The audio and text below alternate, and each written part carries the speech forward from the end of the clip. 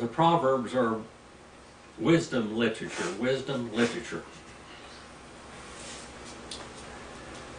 The word Proverbs, in Proverbs is similes, parables, short, strong, foundational statements.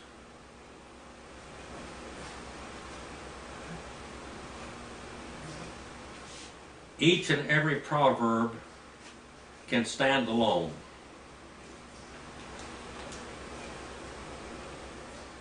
They are foundationally, each parable generally stands on its own as without context. They are timeless words of wise men concerning the way to conduct your life, both in terms of what is right and what is wrong, and what is prudent. The book of Proverbs is the best of the Old Testament wisdom literature. Wisdom literatures and sayings are practical rather than abstract or theoretical. They focus on everyday life. There's a wide scope of subjects treated in the book of Proverbs. We're going to go through the book of Proverbs. One thing about our lives is that what we sow we reap, and that God is in control. Over and over we are sure of this. Now, the book of Proverbs, there are several different authors, or at least 3 different authors in the book of Proverbs. And we'll start out with Proverb number 1. The Proverbs of Solomon, the son of David, king of Israel. To know wisdom and instruction, to discern the sayings of understanding, to receive instruction in a wise behavior, righteousness, justice, and equity, to give prudence to the naive, to the young knowledge and discretion. A wise man will hear and increase in learning. A man of understanding will acquire wise counsel. You will seek it, you will acquire it. To understand a proverb and a figure. The words of the wise and their riddles. The fear of the Lord is the beginning of all knowledge. The beginning, or the fear of the Lord, is the beginning of all knowledge. Fools despise wisdom and instruction. Hear, my son, your father's instruction. Do not forsake your mother's teaching. Indeed, they are graceful, a wreath to your head, and ornaments about your neck. My son, if sinners entice you, do not consent. If they say, come with us, let us lie in wait for blood, let's kill somebody, let's harm somebody. Let us ambush the innocent without cause. Let us swallow them alive like Sheol, even whole as those who go down to the pit. We shall find all kinds of precious wealth. We shall fill our houses with spoil. Throw in your lot with us. We shall all have one purse. My son, do not walk in the way with them. Don't walk in the pathways of them, nor with them. Keep your feet from their path, for their feet run to evil, and they hasten to shed blood. Indeed, it is useless to spread the net. In the eyes of any bird, but they will lie in wait for their own blood. They ambush their own lives. People, so many times, are their greatest enemies. They destroy their whole futures and their lives. So are the ways of everyone who gains by violence. It takes away life and its possessors. You know, in a communist society, communism and what we might call radical socialism, there is always death and destruction in the pathway. We've seen this for over a year and a half now in America. Over a year and a half. The ways of everyone who gains by violence. It takes away the life of its possessors. Wisdom warns, by the way. Wisdom shouts in the street. She lifts up her voice in the square. At the head of the noisy streets she cries out. At the entrance of the gates in the city she utters her sayings. How long, O naive ones, will you love simplicity and scoffers' delight? Themselves in scoffing, and fools hate knowledge. Turn to my reproof. Behold, I will pour out my spirit on you. I will make my words known to you. These are beautiful sayings, aren't they? If you follow this, your life will be fuller and your life will be safer. Words of life. That's the title of this message. Words of life. Because I called you and you refused. I stretched out my hand and no one paid attention. When you stretch out your hand, that means you're trying to get somebody's attention. Whoa. I remember a few years ago, Marilyn and I went up on a trip. And crossing the road were hundreds of bighorn sheep. And the trucks and things were just going fast and fast and fast. And I got out there and waved them down, and they slowed down a little bit, shaking their fist at me. They did not want to slow down. But if they hit one of those sheep, they would slow down, and they would have disaster. They'd have to slow down, and they'd lose time.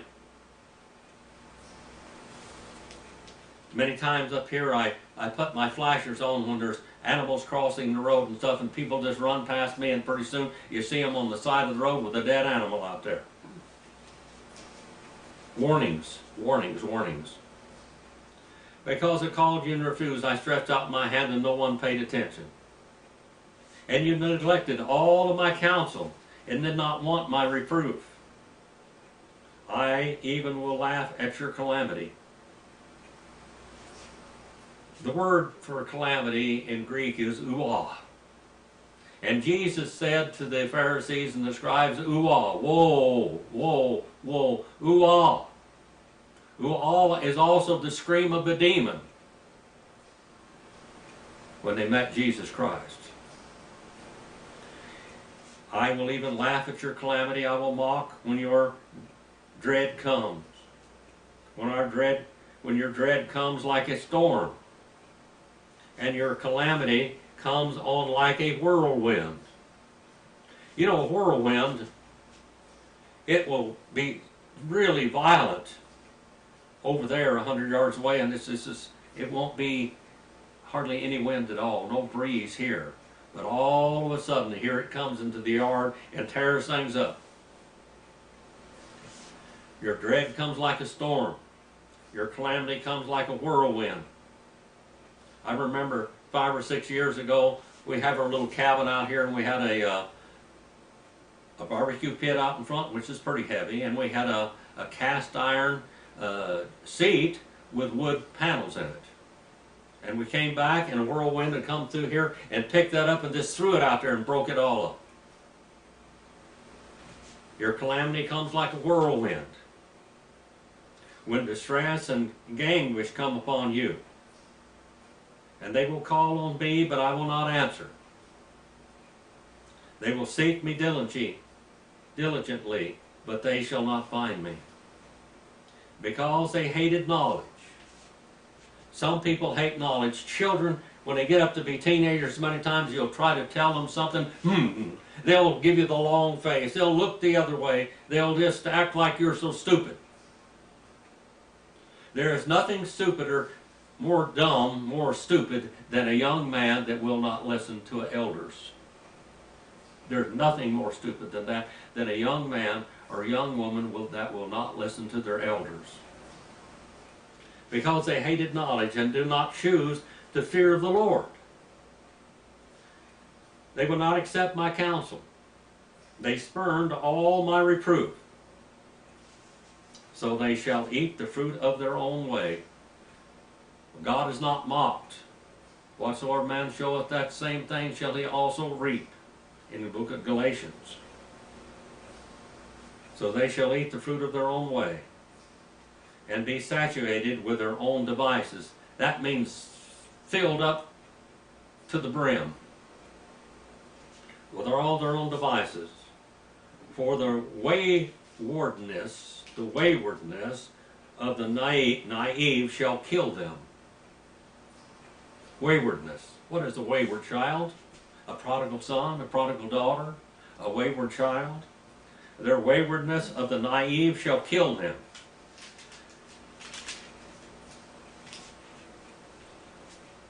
The word naive there means simple. Simple. They don't want to think. People that don't want to think. The waywardness of the simple shall kill them, and the complacency of fools shall destroy them. And here are the last few lines in this words of life. But he who listens to me shall live securely, and shall be at ease from the dread of evil. You know, when you have your house secured, when you have a locked door, when you have alarm systems on it, and all of that type of thing that we have to live with today, you feel more secure, don't you? It won't hurt to have a 45 or a 38 on the nightstand either. I remember a few years ago, I've been going, had concealed weapons, still have a concealed weapon in the state of California, the concealed weapon permit. And we would go to these classes, and this one instructor would stand up there and he said, how many of you, when you're sitting there watching television tonight, you have a gun within hand's reach? And if you raised your hand, he would throw you a piece of candy. He said, you're smart, because that's exactly the time you're going to be attacked. It's when you're sitting there at night, somebody will come in and kick your door down, and if you don't have something there to protect yourself, you're not secure. You're not secure. But he who listens to me shall live securely. The greatest thing that we can do is to learn to fear the Lord is the beginning of all knowledge, isn't it? People go to church many times for just company, for just like brotherhood, so to speak, social entertainment. They never come to the saving knowledge of Jesus Christ. They go there, they listen to their sermons, they feel better, they go home, and yet they've never asked Jesus Christ to save them from their sins. Father, I come to you and I ask you to forgive me for what Jesus did for me. Because he died on the cross, he was buried, and he rose again. And forgive me where I've sinned. I ask you to save my soul. That is wisdom. That's wise. That's wise. I've had people tell me that, well, they were sowing their wild oats, and I don't want to be saved yet because I have things I want to do. I want to feel free to go out and just do what I want to do. And then when I get older, when I can't do anything else, then I'll come to the Lord and say, well, Lord, I'm finished sinning. I've just got it all out of my system. Save me now. It says up here, you neglected all my counsel and did not want my reproof, and I will even laugh at your calamity. I will mock you when when dread comes. And when your dread comes like a storm, and your calamity comes like a whirlwind, when distress and anguish come to you, then they will call on me, but I will not answer. I will not answer. But he who listens to me shall live securely, safely. And he shall be at ease from the dread of evil. You know what? When you're born again, when you're saved, when you're following the will of God, if you fell dead at that moment, you'd be at peace. If all of a sudden you started having a heart attack, or you got the sign of the big C, cancer, and you only had 30 days to live, or a month, or whatever, you'd be at ease with God. Because you had paid up your security bill. You let him do it.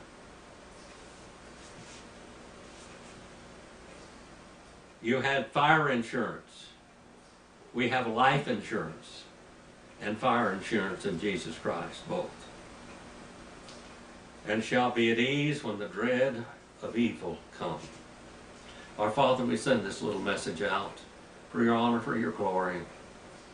It is wisdom of word and wisdom of life that you've given to us through these writers. Father, please forgive me where I fail you. Use your word